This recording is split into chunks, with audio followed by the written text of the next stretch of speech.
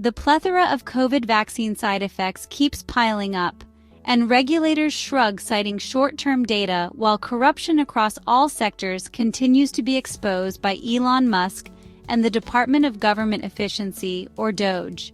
This video is in response to a comment about the vaccines and how they have exploded in today's world, and why. This is going to be a tough one to get through the censors, but I am sticking to peer-reviewed information as well as potentially unsubstantiated claims that we will consider as to their validity. First, I must say that information on this subject is very difficult to uncover. So today's journey is going to give us a look at vaccines in today's world from the standpoint of a consumer, a pharmacist, and a drug regulator, which has been my life experience. Before we go further, I want to ask you to just hit the like button on my videos, which helps them be seen by more people. Subscribe to the channel to easily find me and ring the bell if you'd like to be notified of new video drops. If you'd like to financially support the expenses of the channel, I currently have some products which I recommend, and I'm always so thankful for a super thanks tip until I can get a subscription program going that will continue to offer free content and hopefully some private consultations. Lastly, we must become a world community of love and acceptance. Don't be afraid to comment. The community is designed so that I don't allow unkindness or name-calling. You will find this is an amazing community of people dedicated to creating a kinder world that will raise the collective vibration to become an evolved civilization of prosperity. While ethically, I can't agree with the use of every alternative supplement that is promoted as the newest miracle cure, I am committed to exposing the dangers of prescription and over-the-counter drugs when appropriate, and help others understand and monitor the risks inherent in any medical treatment. My goal is to help others extricate themselves from the industrial medical complex, as well as profiteers taking advantage of our fear of it. I was a pharmacist in many settings for 30 years. I was a drug regulator and health fraud investigator for 13 of those years, and I've seen a lot of behind-the-scenes corruption. So let's check this vaccine conundrum out. Susan Nachman commented to a post on our community board. Susan lives in the Middle East. She is very knowledgeable and connected, and I'm grateful that she has come to us from across the miles. Here we go. I have a question. We were pretty much all vaccinated from the late 50s onwards. Not to the degree today, and not all the multiple cocktails. We also all got smallpox. So why the marked increase in recent years? Could there be differences in preservatives? What is the autism rate in third world countries with less infrastructure? I wonder what mums are now exposed to prenatally. Lots of questions we need answers to. My response to Susan was as follows. That is a great question. I personally believe that after the 50s, vaccines became slated as part of a biological warfare, slow-roll depopulation agenda, but this has never been officially confirmed. Operation Paperclip brought over Nazi scientists and populated our government with them around 1954. Many of us were children in the 50s when most children received around 4 to 6 doses of vaccines by age 5, depending on schedules and boosters. The CDC didn't exist yet. It was founded in 1946 and focused on malaria then, and school mandates were spotty. Smallpox was the big one, with DTP gaining traction by decade's end. Today, kids are given 26 to 32 vaccinations by age 6. That is 6 to 8 times more vaccines being given to our children. By the time they are 18, minors receive over 70 vaccinations. Is there any stretch that can make us think that this is natural health? As with everything, side effects from vaccines are often cumulative, so the more we take, the more side effects will occur. Nearly every vaccine has heavy metals in it, which we will get into a little further. Corruption's the rule, not the exception, when Big Pharma is bankrolling 45% of the FDA's budget. This must stop if we are ever to have an unbiased, safe, and effective regulatory system. For this reason, I believe that the FDA's corruption and lack of safety controls in many approved drugs are fueled by profit. Once again, my friend, you have prompted a video. Regarding your comment about the difference in preservatives or changes, as I've said, this is cumulative. Look to RFK Jr. He seemed a little slower out of the gate than others in the administration to take startling actions. But he's on the right track, and he has to have his ducks in a row to fight Big Pharma. He's committed to this cause, thank heaven. As always, thank you, Susan, for your beautiful energy. Now I'm going to go a little further than my opinion and begin to give you some concrete data and events that have occurred that have colored my beliefs. When I started working as a drug regulator back in the later 80s, a $3 billion bribe scandal had just been uncovered. There were yearly FDA fees, and OxyContin got a free pass, proving that drug approvals can be bought. FDA regulators were caught red-handed taking bribes to fast-track approvals. As a result of a Mylan whistleblower, 3 employees pleaded guilty, and companies admitted to faking data. There's your listen to the science narrative. Science can be bought, and this wasn't a one-off.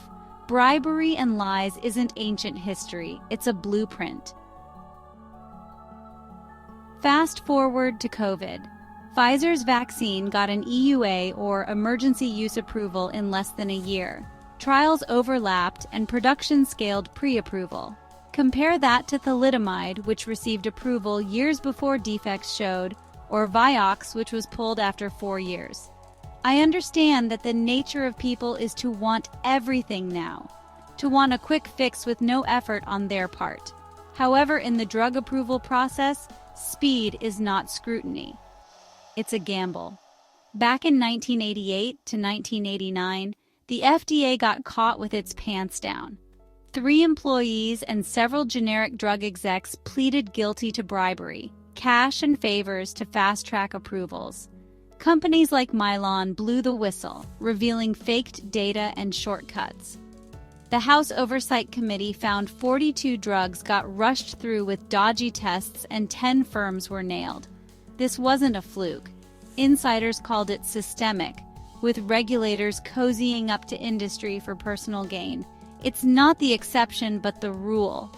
Trust took a hit and the fallout tightened rules, but corruption at the top continued as usual and grew. Purdue's OxyContin approval in 1995 is a poster child for screw-ups. The FDA let the term delayed absorption reduces abuse stay on the label for 5 years. It had no clinical backing for the claim. Then in 2001, a black box warning replaced it, which are reserved for drugs with serious or life-threatening risks. The warning cautioned that OxyContin can be abused in a manner similar to other opioid agonists, and warned that OxyContin tablets can lead to rapid release and absorption of a potentially fatal dose of oxycodone. By then, $35 billion in sales and an opioid epidemic later, the damage was done. A 2002 advisory panel, 8 of 10 with Big Pharma ties, refused to require stricter labels despite rising overdoses. Pharma paid Impact $35,000 per meeting to sway FDA staff to approve drugs on weak trials, despite known risks. In 1950, kids faced 3 to 4 diseases with 4 to 6 shots.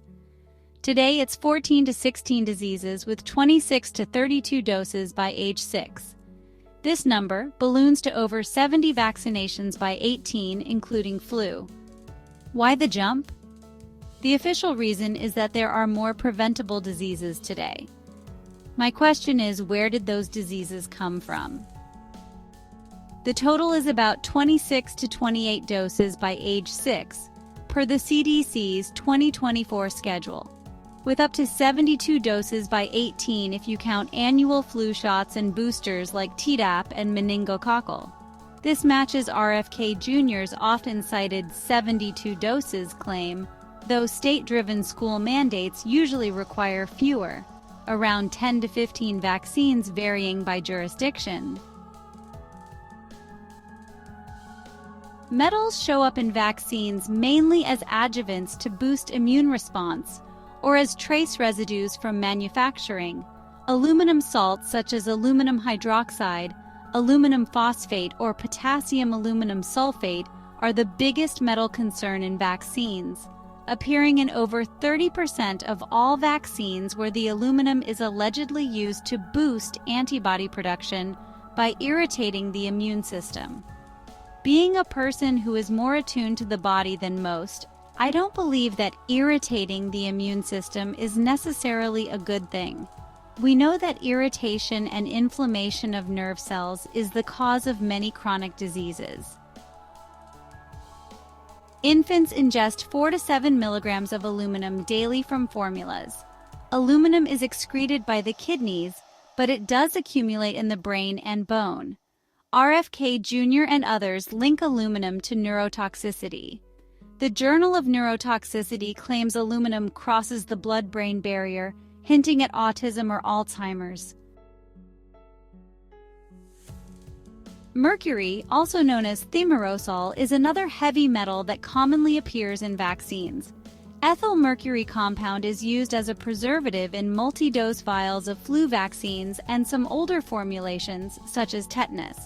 Since it is a preservative, most single-dose childhood shots have not contained it since 2001 in the US. But it's the physician's choice whether they choose to use multi-dose vials to increase profit. You would have to see if your doctor draws the injection from a bottle in the refrigerator that is opened or point blank. Ask if they are using preservative-free bottles of vaccines. There is 25 to 50 micrograms of thimerosal in each half milliliter dose of certain flu vaccines. Since thimerosal is 49.55% mercury by weight, half of it breaks down to ethyl mercury in the body.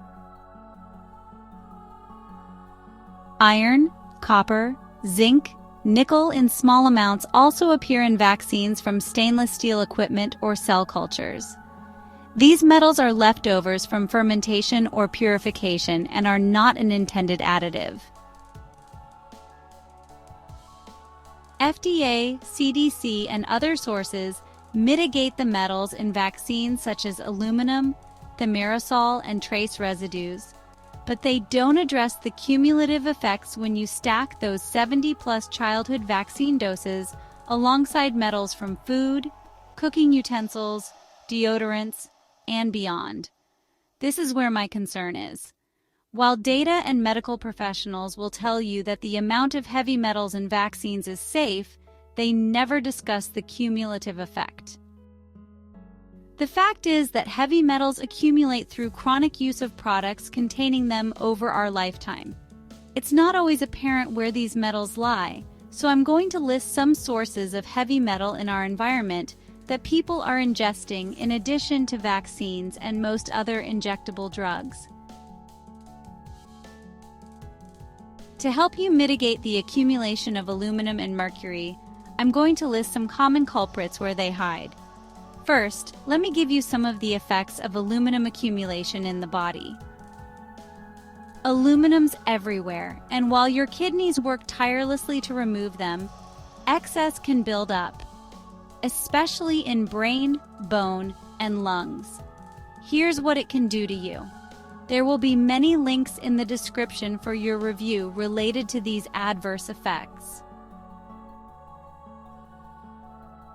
The single largest concern of aluminum accumulation is neurotoxicity.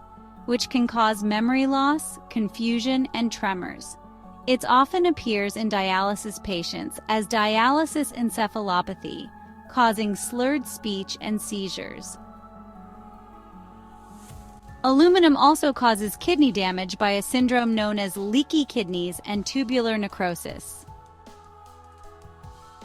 It affects the cardiovascular system through oxidative stress on vessels, raising blood pressure, causing heart attacks and other symptoms of decreased circulation. Aluminum has also been associated with bone disorders, such as weak, brittle bones, because aluminum replaces calcium in our osteoblasts. Are you beginning to understand why all of these disorders occur as we get older, having been exposed to toxins our entire life? Imagine what 100 years could feel like if these and many other toxins had not accumulated in our bodies over our lifetime. These bodies miraculously fight the poisoning for years, and rather than helping them by minimizing the toxins, we give our bodies as much as it can take. I'm not implying that this is always our fault. We have been exposed to these toxins by selfish greed that has been allowed to propagate in our world.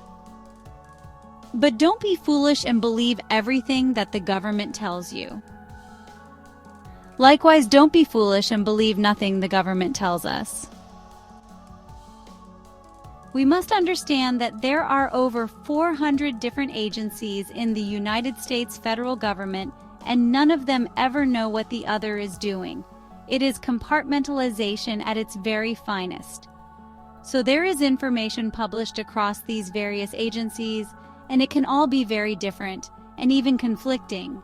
This provides for both sides of every argument from a scientific standpoint. So what can someone without aptitude in a certain area do to get actual facts? It's really tough, guys. I can tell you 100% that the largest podcasters are not always the most accurate, especially if they have no actual expertise in medicine. Being a friend of white hats doesn't mean it's always the best source either. I've seen things being supported by some of the most influential podcasters that are highly unethical in the medical realm if used in the general population. Even politicians are pushing things, but the lack of ethics is not a surprise with politicians. I just hope you realize that the largest and loudest voice is not always what's best. I don't imply that any misdirection is deliberate.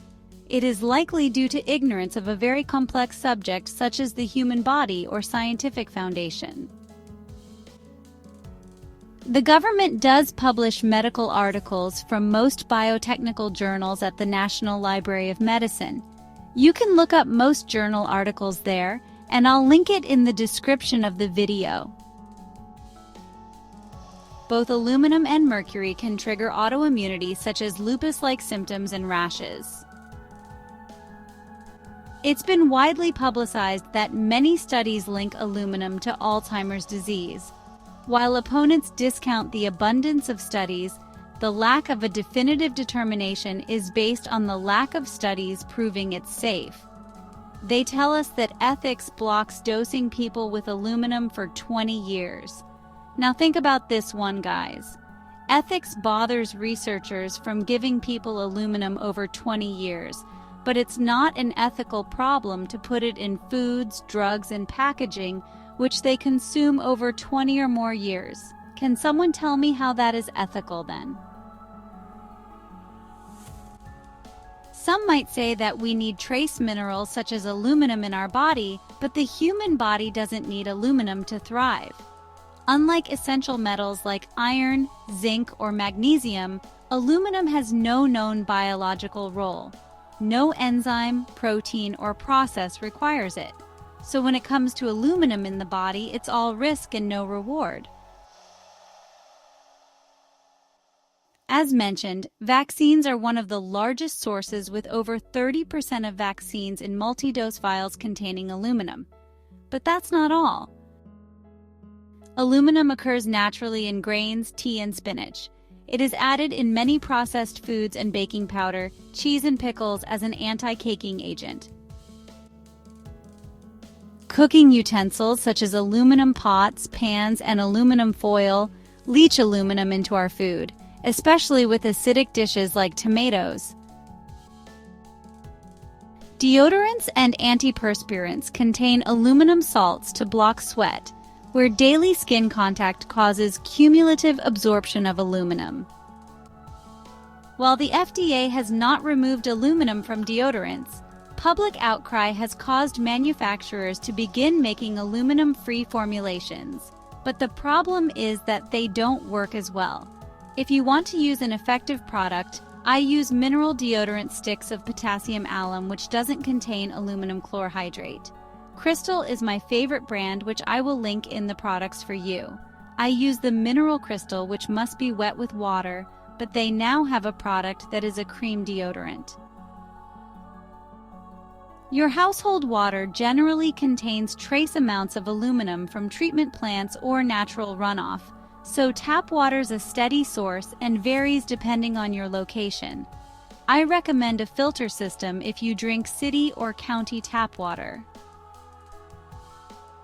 Another significant source of aluminum is antacids such as Maalox, some buffered aspirin, and other over-the-counter medicines, so always check the bottle. But it's not enough that it's in our cookware and food. It's also in their packaging, such as cans and foil wrappers, where food picks it up over time. Now let's focus on mercury accumulation in the body and its sources, but first I will give you the well-documented effects of mercury on our bodies. As mentioned, when mercury crosses the blood-brain barrier, it affects neurons in the nervous system, potentially causing tremors, memory loss, and mood swings. The Minamata Bay study showed that brain mercury from seafood caused ataxia, seizures, and death. Ethyl mercury in vaccines clears faster, but can still disrupt neuron growth, and even prenatal exposure is linked to lower IQ and delayed speech. Again, you will have a buffet of links to these studies in the description for validation. Also, thimerosal is in multi-dose flu shots as a preservative. It is in other multi-dose injectable drugs, but to a much lesser extent. Another significant source of mercury is in fish and seafood. Methyl mercury in tuna, swordfish, and salmon is the biggest dietary hit for seafood eaters. Amalgam fillings cause mercury vapor, which is released when chewing. It is swallowed over the years. Trace methyl mercury from pollution also occurs in coal plants and from mining runoff into rivers. Then there is the very air that we breathe. Industrial emissions, such as coal burning and incinerators, can cause mercury to be inhaled and then ingested via mucus. Mercury is also in some consumer products such as old thermometers, old batteries, and some skin creams are still out there, so check ingredients for thimerosal. Mercury is such a well-documented poison to humans that it has been removed from most of our food, but small amounts still exist in rice and corn from soil uptake in polluted areas. But what about pesticides on your produce? Mercury was used in early pesticides as mercuric chloride as a fungicide. These were phased out decades ago in the US and most developed countries due to toxicity. Modern food crop pesticides like organophosphates and pyrethroids have their own set of toxicities, but mercury is usually not one of them. Our bodies have been through so much by our 70s. Regarding the incidence of autism in the US versus other countries, there is a low prevalence of autism in Africa. Studies estimate that in Africa, 0.1 to 0.5%, or 1 in 200 to 1,000 kids. In the United States, the CDC reported 2.78%, or 1 in 36 kids in 2023, and some sources such as Autism Parenting Magazine, February 2025, report 1 in 32 or 3.13% for 2024.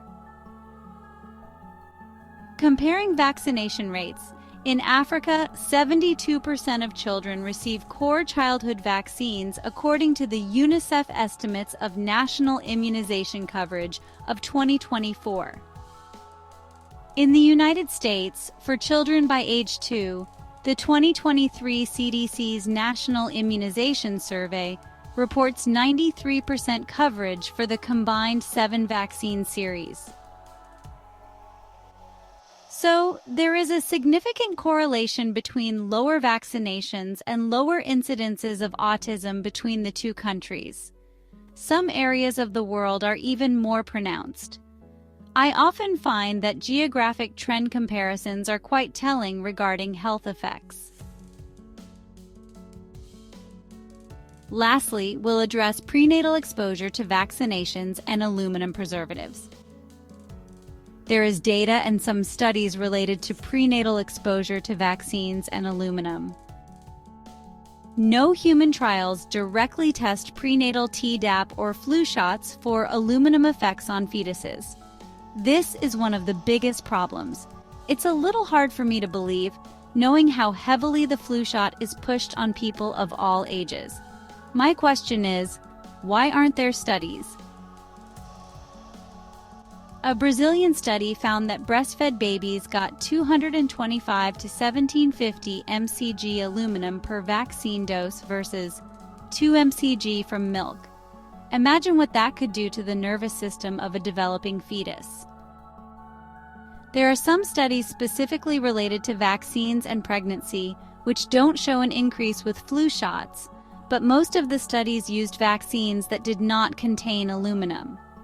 A 2018 review notes that aluminum crosses the placenta, but no human data links this to autism.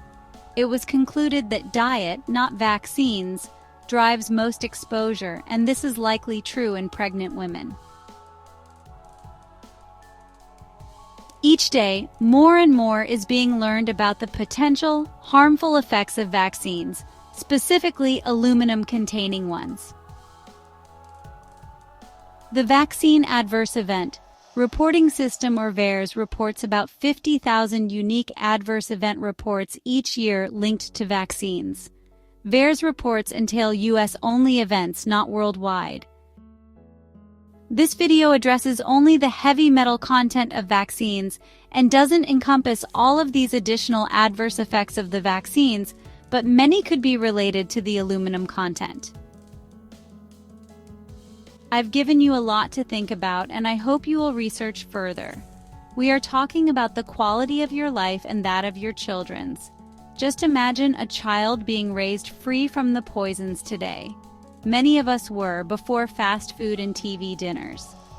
There is a significant difference in metal exposure from years ago to today, and studies show that as vaccine consumption increases, so does the incidence of autism. I hope that this information has been useful, and I always welcome your comments. Until next time, I will leave you with this thought. You cannot poison the environment without poisoning yourself.